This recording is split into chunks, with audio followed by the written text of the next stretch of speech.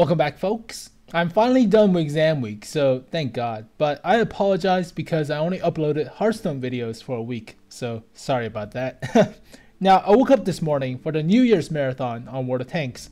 So it's basically the IS-6 missions, or the T-34 missions.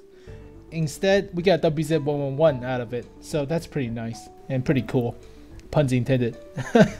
But for 35 days, we have a lot of events going on in World of Tanks. So let's go through all of them so you can get the maximum benefit out of those premium times in the events.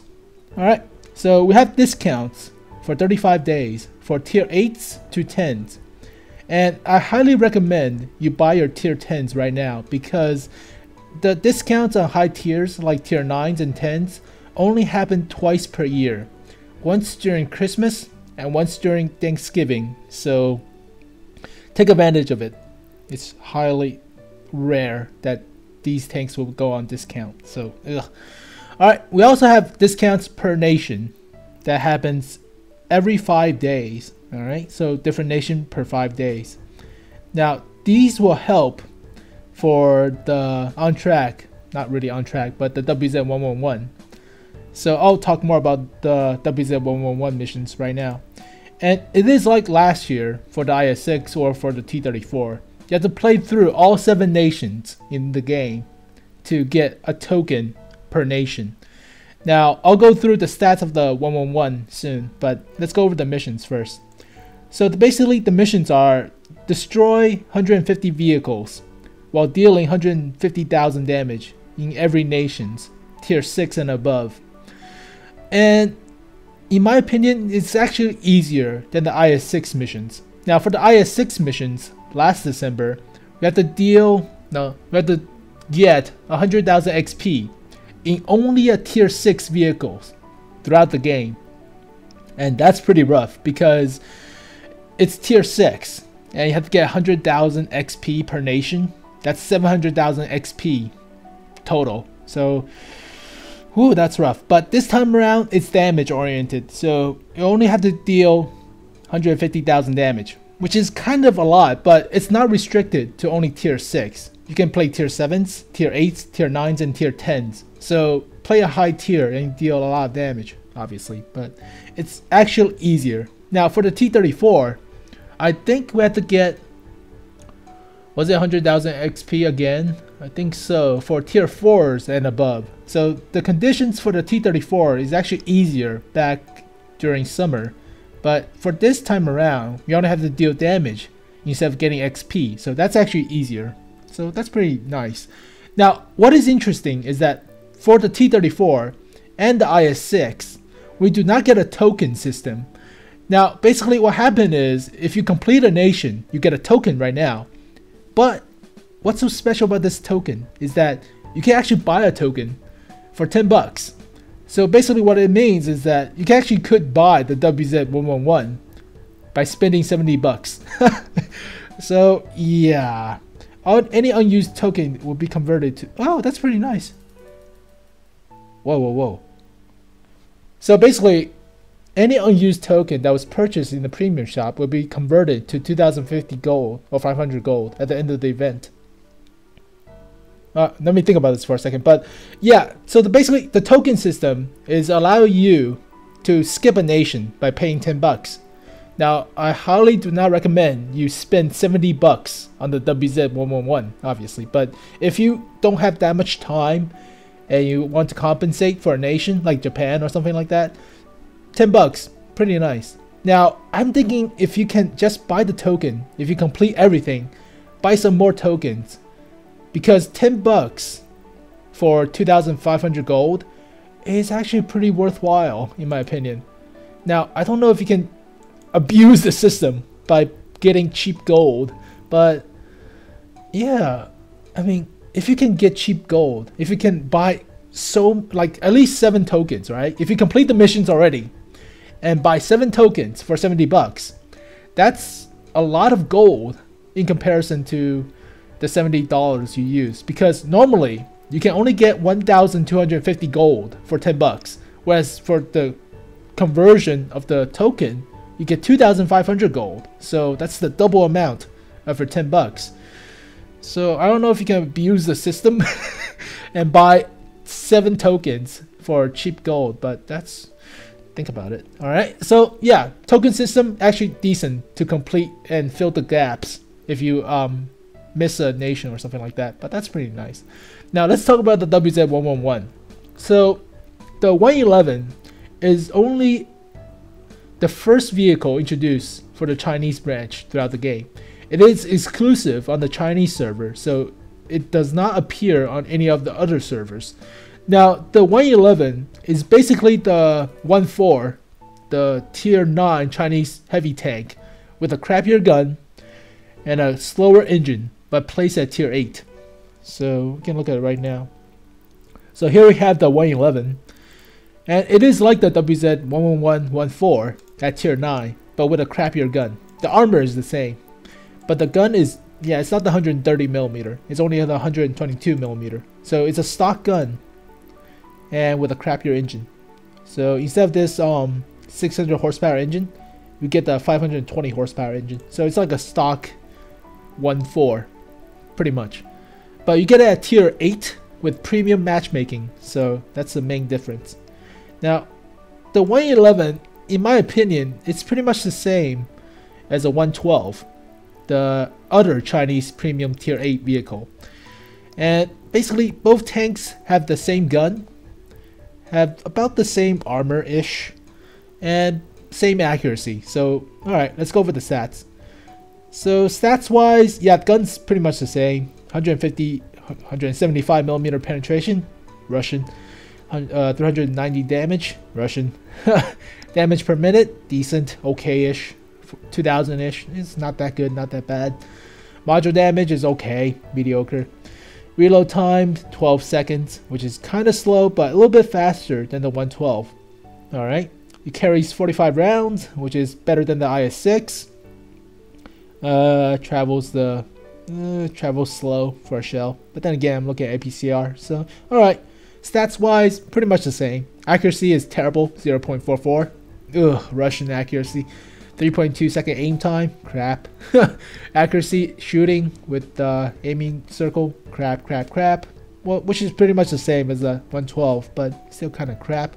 Now the difference between the 111 and the 112 is that this tank has better gun elevation at a cost of 1 degrees of gun depression. So that's a major difference, but I happily would trade 1 degrees of gun depression for a lot of gun elevation, because if you're sloping downwards on a hill, you can't even point your gun upwards. So yeah, gun elevation is still important to a tank. Alright.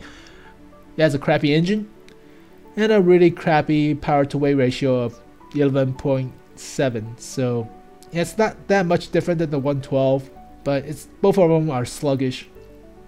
Chassis traverse is 26 degrees per second, which is meh. Forward speed is 50 kilometers per hour, which is decent, but the engine will not keep that up, so it will take time to rev up to 50 kilometers per hour, but it's still 5 kilometers faster than the 112. Reverse is the same. Better terrain resistance. So yeah, comparison between the power to weight ratio and the terrain resistance. So both these two tanks are pretty much the same in mobility. This tank has 50 more health than the 112. So yeah, not that much. It weighs 1.5 tons less. Alright. Same shell price per shell. So it's the same gun, obviously. Alright, same premium matchmaking, which is nice, but you still get wrecked by tier 9s. And same view range, and same signal range. A little bit better camera rating, but not that much. So basically the 111 is the same as the 112. Pretty much the same. You just trade a little bit of your armor for a little bit faster fire rate. That's pretty much it, because the sloping on the frontal armor of the 111 is a little bit worse than the 112, because the effective armor at the front is about 210-ish, if you can get it straight. Yeah, 210-ish, whereas on the 112 it's 230. So yeah, armor is a little bit weaker, but the gun fires a little bit faster. So that's the main trade-off. Alright, so in my opinion, yeah, do it if you want. Don't spend over 30 bucks on tokens unless you can abuse the gold system. I don't even know if you can abuse it. But yeah, pretty much the same tank. Now you get a lot of discounts on garage slots, camo ratings, camouflage, camo rating, barrage. Think, Sam, before you talk. Barrack slots, and all these other stuff. So alright. Now, the rest of these missions are double crew XP for 2 weeks. Alright. You get equipment discounts starting on Christmas Eve, as well as tier 2 to tier 8 premium vehicles. So that's nice. You get the Panzer II off Stee at New Year's Eve. Alright. You get Penta experience from December 31st to the January 4th, so 5 days or so. Alright. You get double XP all day long for Sunday to Thursday, January 4th to 8th. So try to save up a few premium days for this, because you can get to a tier 10 from a tier 9 in 1 day. Now I got the FE4202 from the Centurion Mark 71 or 71, yeah. And that only took me 1.5 days with the double XP with premium time. So yeah, it's pretty nice. So all you have to do is damage 1 vehicle in a game. So that's pretty nice. Alright, triple crew XP for the next 4 days. And a hint scuttling drive. Alright. And double crew XP to finish off the month. So that's pretty nice. But the last interesting note is that you can get the BTSV. A super rare tier 3 Russian light tank, and it's basically the IS-6 of tier 3s. So yeah, it's $100 though. That's kind of a rip-off, but in my opinion, not worth at all. It's only 25 millimeters all the way around, but it's really well sloped. So but the turret's kind of crap though. It's like the LTP's turret, so the turret's kind of crap. But yeah, you can also get the T-3485M at $33, which is, they trade frontal armor. Oh, actually the T-3485 got increased armor on the front for extra 30 millimeters, I think, but they trading gun handling between the 85 millimeter guns. So that's the main difference between this tank and the regular T-3485. So it has better frontal armor but crappier gun handling. So it's like the Sherman Jumbo to a Sherman EZ8. But it's a premium tank, so you can get more credits. So if you want to get this tank, I don't